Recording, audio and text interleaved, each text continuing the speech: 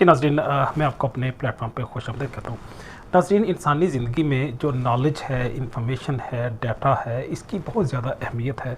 और हम रोज़मर्रा ज़िंदगी में भी देखते हैं कि टीचिंग इंस्टीट्यूशंस में, बिजनेसेस में, इवन हम रोज़मर्रा ज़िंदगी में भी जब हम शख्सी लेवल पे, ज़ाती सतह पे भी और इज्तिमाई लेवल पे या फैमिली, कम्युनिटी, सोसाइटी लेवल पे जब कोई फ़ैसले करते हैं तो उसमें इंफॉर्मेशन का बहुत बड़ा दखल होता है। जो आलम है, जिसके पास नॉलेज है, रोशनी है, अमूमन वो रैशनल सही फ़ैसले करते हैं और वो दुनिया में फ़ायदे भी उठाते हैं। ठीक है, वो मसलतन सम टाइम खामोशी अख्तियार कर लेते हैं, लेकिन इसका ये मतलब हरगिज़ नहीं कि वो चीज़ों को जानते नहीं हैं। तो जिस तरह हम जानते हैं कि रोशनी और अंधेरा बराबर नहीं हो सकते, इसी तरह से मैं समझता हूँ कि एक जानने वाला, एक आलम आदमी, वो गुमराह आदमी से, जिसके पास नॉलेज नहीं है, उससे बहरहाल काफ़ी दर्जे बेहतर है। अगली जो मैं बात करना चाह रहा हूँ वो ये है कि हमारी मीन बनी नोई इंसान की हमारी फजीलत, हमारा अशरफुल मखलूक़ात होना, वो भी इसी वजह से है क्योंकि हमारे पास इंफॉर्मेशन है, हमारे पास अख्तियार है। हाकमियत तो नहीं कह सकते, हाकमियत तो खैर अल्लाह पाक, अल्लाह के पास है। हमारे पास अख्तियार है, अथॉरिटी है। हम नफ्स लवामा, नफ्स अमारा में से किसी को भी फॉलो कर सकते हैं। हम अच्छाई का फ़ैसला भी कर सकते हैं, हम बुराई का भी फ़ैसला कर सकते हैं। ये अल्लाह ने हमें अख्तियार दे दिया, लेकिन इसके बावजूद हम अच्छाई की तरफ जाते हैं। हम अपने आप को अल्लाह के सुपुर्द करते हैं। कानून, अखलाकियात और ज़वाबत के हम अपने आप को पाबंद बनाते हैं, और मैं समझता हूँ कि इसी में ही इंसानियत की बका है, इसी में ही अमन और सलामती है, इसी में ही मैं समझता हूँ कि फलाह है, और उखरवी जो दायमी कामयाबी है वो भी इसी में है। जो मैं बात करना चाह रहा हूँ वो ये है कि क्योंकि आज मैंने जो एजुकेशन सिस्टम के 10 मेजर कंपोनेंट्स आपके सामने बयान करने हैं, क्योंकि अभी हम एजुकेशन सिस्टम का प्रोजेक्ट शुरू किया हुआ है जिस पे हमने बात करनी है। तो एजुकेशन सिस्टम को हम कभी भी इंसानी ज़िंदगी से, हुकूमत से, गवर्नमेंट से, सरकार से, एस्टेब्लिशमेंट से किसी भी सूरत में हम अलग नहीं कर सकते। तो गोया जब मैं एजुकेशन सिस्टम की बात करता हूँ तो एजुकेशन सिस्टम में दुनिया के कारोबार भी इन्फ्लुएंस करेंगे। इसी एजुकेशन सिस्टम में गवर्नमेंट, सरकार, डीप स्टेट, एस्टेब्लिशमेंट, ये सारे लोग ये भी इसमें इन्फ्लुएंस करेंगे। मैं इसकी एक मिसाल दे के अपनी बात को वाज़े करने की कोशिश करूँगा कि पाकिस्तान के अंदर जो मतालिया पाकिस्तान के टीचर हैं, या पाकिस्तान का हम रैशनल मतालिया नहीं कर सकते। मतालिया मीन हम उस पर रिसर्च नहीं कर सकते कि कायद-ए-आज़म को उनके आखिरी अय्याम में ज़ियारत में क्यों भेज दिया, ना वहाँ पे कोई बहुत अच्छी हेल्थ केयर की फैसिलिटीज़ थी, ना वहाँ पे कोई इंस्टीट्यूशन था, ना वहाँ पे कोई ऐसी ट्रीटमेंट की ही कोई एक्सेप्शनल फैसिलिटी अवेलेबल थी। हालांकि लंदन भी जा सकते थे, पेरिस जा सकते थे, न्यूयॉर्क जा सकते थे, लेकिन ज़ियारत में उन्हें भेजा। फिर हम देखते हैं कि किस तरह से पाकिस्तान के अंदर एक डेमोक्रेटिक गवर्नमेंट डिक्टेटरशिप की तरफ चली गई। कई सारी चीज़ें हमें पता है कि वो हमूद रहमान कमीशन के थ्रू, और वैसे भी with the passage of time दुनिया में हक़ाइक़ से जब पर्दा उठता है तो कई सारी चीज़ें अय्यां हो जाती हैं। लेकिन जो मैं बात करना चाह रहा हूँ वो ये है कि गवर्नमेंट का, हुकूमत का, सरकार का, एस्टेब्लिशमेंट का, डीप स्टेट का बहरहाल बड़ा इन्फ्लुएंस है इंफॉर्मेशन को कंट्रोल करने में, अपनी मर्ज़ी की इंफॉर्मेशन आगे बढ़ाने में, और लोगों को अपनी मर्ज़ी की तालीम देने में, उनकी तरबियत करने में, अपनी मर्ज़ी का रोड मैप देने में, बनी नोए इंसान को या लोगों को, अवाम को एक मखसूस डायरेक्शन में ऑपरेट करने में उनका बहरहाल एक रोल है।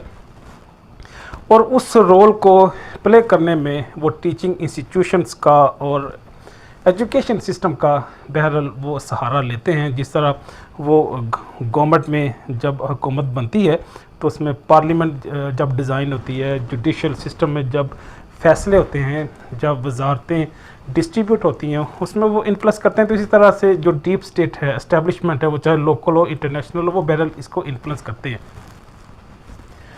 दूसरा फैक्टर इसमें रिलीजन का है। ये कभी भी नहीं हुआ इंसानी तारीख में कि ये धरती मीन, ये ज़मीन मीन, ये पूरा जो अर्थ का ग्लोब है, ये जो पूरी दुनिया है, ये कभी भी मज़हब के इन्फ्लुएंस से ये मावरा नहीं रही। क्यों नहीं रही?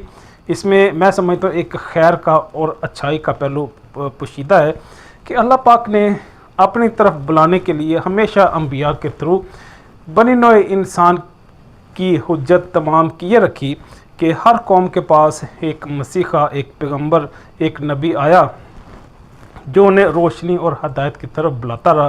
तो गोया जो बनी नौ इंसान है, इसके किसी भी अहद में, किसी भी ज़माने में मज़हब बहरहाल अपनी जगह पे मौजूद रहा है। इसको अगरचा हमने एक पर्टिकुलर शेप देके या सेगमेंट देके इसको अपनी ज़िंदगी से अलग कर दिया, हमने इसको हुकूमत से भी निकाल दिया, हमने लोगों की इज्तिमाई ज़िंदगी से भी निकालने की कोशिश करते हैं, हम इसको लोगों की शख्सी और ज़ाती मामला कहते हैं, हालांकि ये टेक्निकली असूली एतबार से ऐसा नहीं है। लेकिन बहरहाल हम अपने मौजू की तरफ वापस आते हैं, क्योंकि मैंने आपके सामने एजुकेशन सिस्टम के मेजर कंपोनेंट्स की बात करनी है।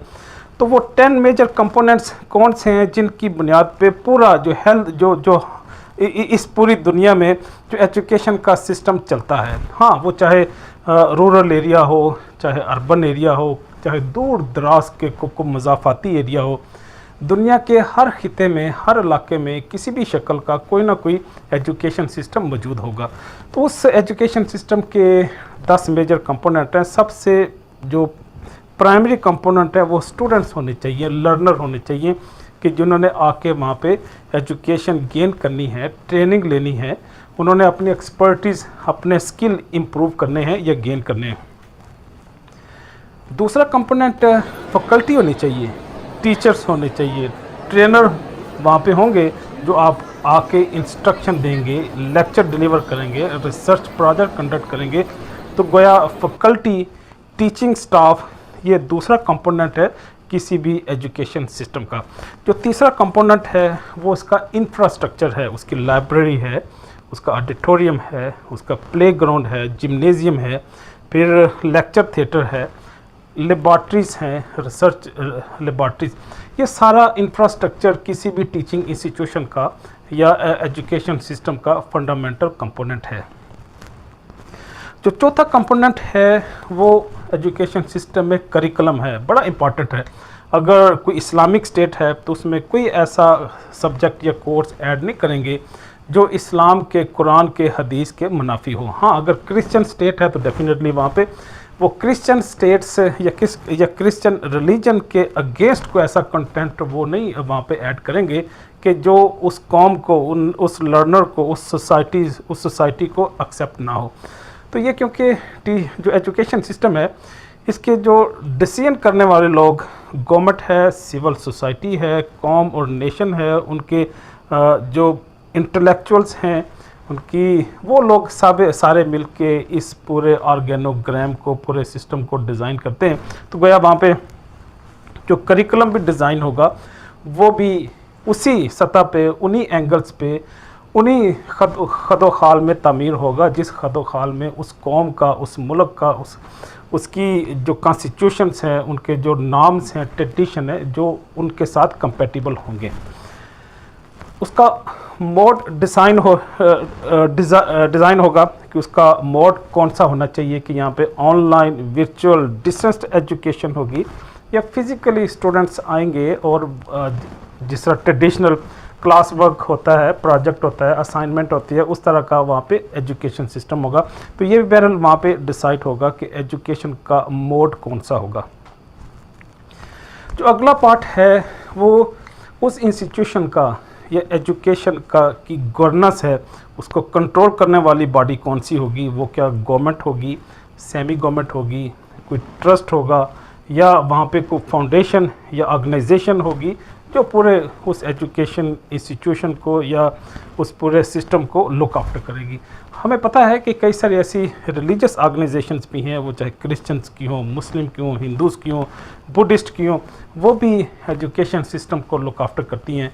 गवर्नमेंट सेक्टर पे जो इंस्टीट्यूशन हैं उन्हें हम पब्लिक सेक्टर इंस्टीट्यूशन कहते हैं उनका अपना एक प्रोटोकॉल है, उनका स्टाफ है, एचआर है, फिर रजिस्ट्रार, वाइस चांसलर, प्रिंसिपल, वो उनका अपना एक सिस्टम है जिसके मुताबिक वो चलते हैं। इसी तरह प्राइवेट सेक्टर का अपना एक सिस्टम मौजूद है।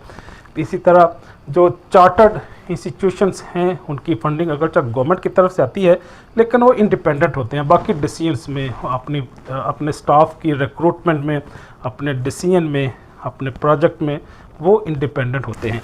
हाँ, अगला जो उनका सिस्टम है वो इस एजुकेशन सिस्टम का जो अगला कंपोनेंट है वो उनकी एडमिनिस्ट्रेशन है, उनका इंटरनल सिस्टम है, उनका ह्यूमन रिसोर्स डिपार्टमेंट कैसे चलेगा, अकाउंट डिपार्टमेंट कैसे होगा, बजट की एलोकेशन और फंडिंग ग्रांट्स वो किस तरह से आएंगी और डिस्ट्रीब्यूट होंगी। जो स्टूडेंट्स हैं, लर्नर है, उनकी एडमिशन है, उनकी टीचिंग है, क्वालिफ़िकेशन के बाद उनकी ग्रेजुएशन है, ग्रेजुएशन के बाद उनकी एम्प्लॉयमेंट तक अमूमन ये सिस्टम चलता है। तो गोया जो इस पूरे जो सिस्टम की जो प्रोडक्ट है वो तो स्टूडेंट्स है ना, स्टूडेंट को स्किल देते हैं, उनको एजुकेट करते हैं। तो यहाँ पे इस फैक्ट्री के अंदर, इस सिस्टम के अंदर जो रॉ मटेरियल आता है वो ह्यूमन बीइंग्स हैं, स्टूडेंट्स हैं, लर्नर्स हैं। वो लर्न करने के बाद जब ग्रेजुएट होते हैं, कन्वोकेशन होती है, तो उनको सर्टिफिकेट अवार्ड होता है, डिग्री दी जाती है। वो अपने पर्टिकुलर स्किल को गेन करते हुए फिर अपने जो भी उनका प्रोफेशन, डिसिप्लिन, फील्ड, एरिया है, वहाँ पे जाके वो अपनी स्किल्स को डिलीवर करते हैं।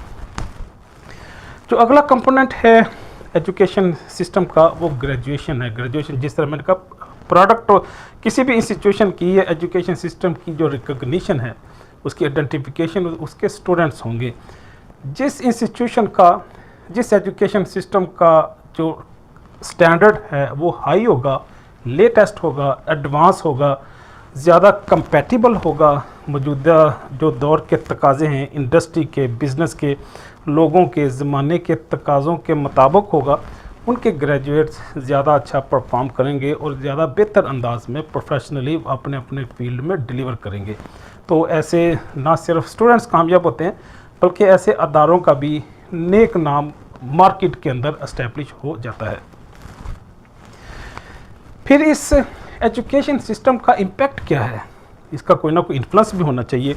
इसका इन्फ्लुएंस बहरहाल सोसाइटी के अंदर मौजूद होता है। हमें पता है कि जब किसी मिलिट्री एकेडमी के कैडेट निकलते हैं तो उनकी फाइटिंग स्किल से हम डिटरमिन करते हैं कि इनके स्किल किस लेवल पे एस्टेब्लिश या उन्होंने आप डेवलप की है। इसी तरह से फिजिशियन हैं, सर्जन हैं, सिविल इंजीनियर हैं, आईटी के एक्सपर्ट्स हैं, ये सारे लोग जब अपने अपनी फील्ड में परफॉर्म करते हैं तो फिर पता चलता है कि ये प्रोडक्ट कैसी है। तो गोया जो प्रोडक्ट है वो स्टूडेंट्स हैं, ग्रेजुएशन होती है, कन्वोकेशन होगा, कन्वोकेशन होने के बाद जब अपने फील्ड में जाके परफॉर्म करेंगे तभी हम अज्यूम करेंगे कि इनके जो इंस्टीट्यूशन है उसकी परफॉर्मेंस कैसी है। सिर्फ यही नहीं कि उसकी परफॉर्मेंस कैसी है, बल्कि वो जब अपने फील्ड में, डिसिप्लिन में, एरिया में जाके डिलीवर करते हैं तो उस पूरे सिस्टम को बदल के रख देते हैं।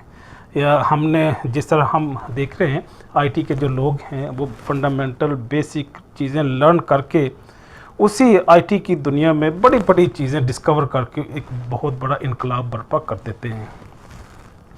इसी तरह अगर मैं इंजीनियरिंग की बात करूं तो इंजीनियर्स आजकल सबसे अच्छा जो इंफ्रास्ट्रक्चर है वो चाइना का है।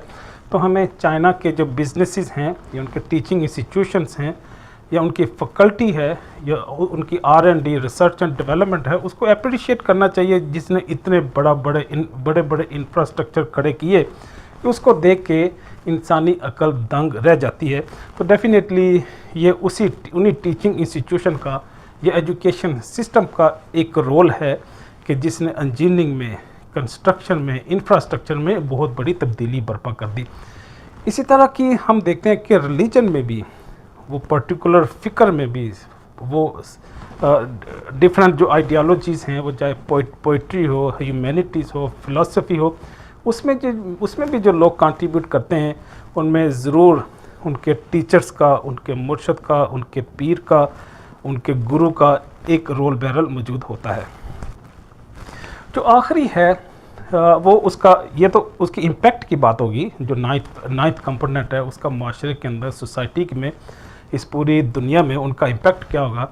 आखिरी जो है वो हम इसको मिसलिनियस के नाम से एक कैटेगरी बना दी कि इस एजुकेशन सिस्टम को हमें पता है ड्राइव करने वाले भी कई सारे फैक्टर्स हैं। वो कौन से फैक्टर हैं? वो कोई पॉलिटिकल पार्टी भी हो सकती है, वो कोई रिलीजियस ग्रुप भी हो सकता है, वो कोई पार्टिकुलर बिजनेस इंस्टीट्यूशन भी हो सकते हैं कि जो अपनी मर्ज़ी के कुछ चीज़ें ड्राइव करने की कोशिश करते हैं। जिस तरह फार्मास्यूटिकल इंडस्ट्री है, वहाँ पे अगर फ़र्ज़ करें कैंसर के अगेंस्ट कोई मेडिकेशन अवेलेबल नहीं है तो वो ऐसी ग्रांट दे देंगे, फंडिंग कर देंगे, मुख्तलिफ रिसर्च इंस्टीट्यूशंस को अपनी मर्ज़ी की स्टडी भी वो लेने की कोशिश करेंगे और वो किसी मखसूस फील्ड में डेवलपमेंट भी एडवांस लेवल पे ले जाएंगे। वो चाहे डोजेज फार्म की हो, चाहे किसी नई ड्रग की आइडेंटिफिकेशन और डिस्कवरी की हो, वो कोई किसी भी तरह की कोई रिसर्च हो सकती है, डेवलपमेंट हो सकती है। तो गोया जो बिजनेसेस हैं, जो कॉरपोरेट बिजनेसेस हैं, वो भी इस एजुकेशन सिस्टम पे इन्फ्लुएंस करते हैं और वो भी इसको एक डायरेक्शन देते हैं। वो चाहे पॉजिटिव और नेगेटिव, हम उस पर बात नहीं करते, लेकिन बहरहाल उसका भी एक रोल है इस एजुकेशन सिस्टम को रेगुलेट करने में। तो गोया ये 10 डिफरेंट फंडामेंटल कंपोनेंट्स हैं जो एजुकेशन सिस्टम को एस्टेब्लिश करते हैं। ये कंपोनेंट मिलके पूरा एक सिस्टम, एजुकेशन सिस्टम का एक पूरा ऑर्गेनोग्राम तामीर करते हैं और ये फिर ऑर्गेनोग्राम जितना ज़्यादा स्ट्रांग होगा, जितना ज़्यादा रैशनल होगा, उतनी ही वो इंसानी ज़िंदगी में, मुल्क में, सिविलाइजेशन में, कम्युनिटी में ज़्यादा मजबूत और इन्फ्लुएंशियल किरदार अदा करने की पोजीशन में आएगा। इजाज़त चाहूँगा। अल्लाह हाफ़िज़।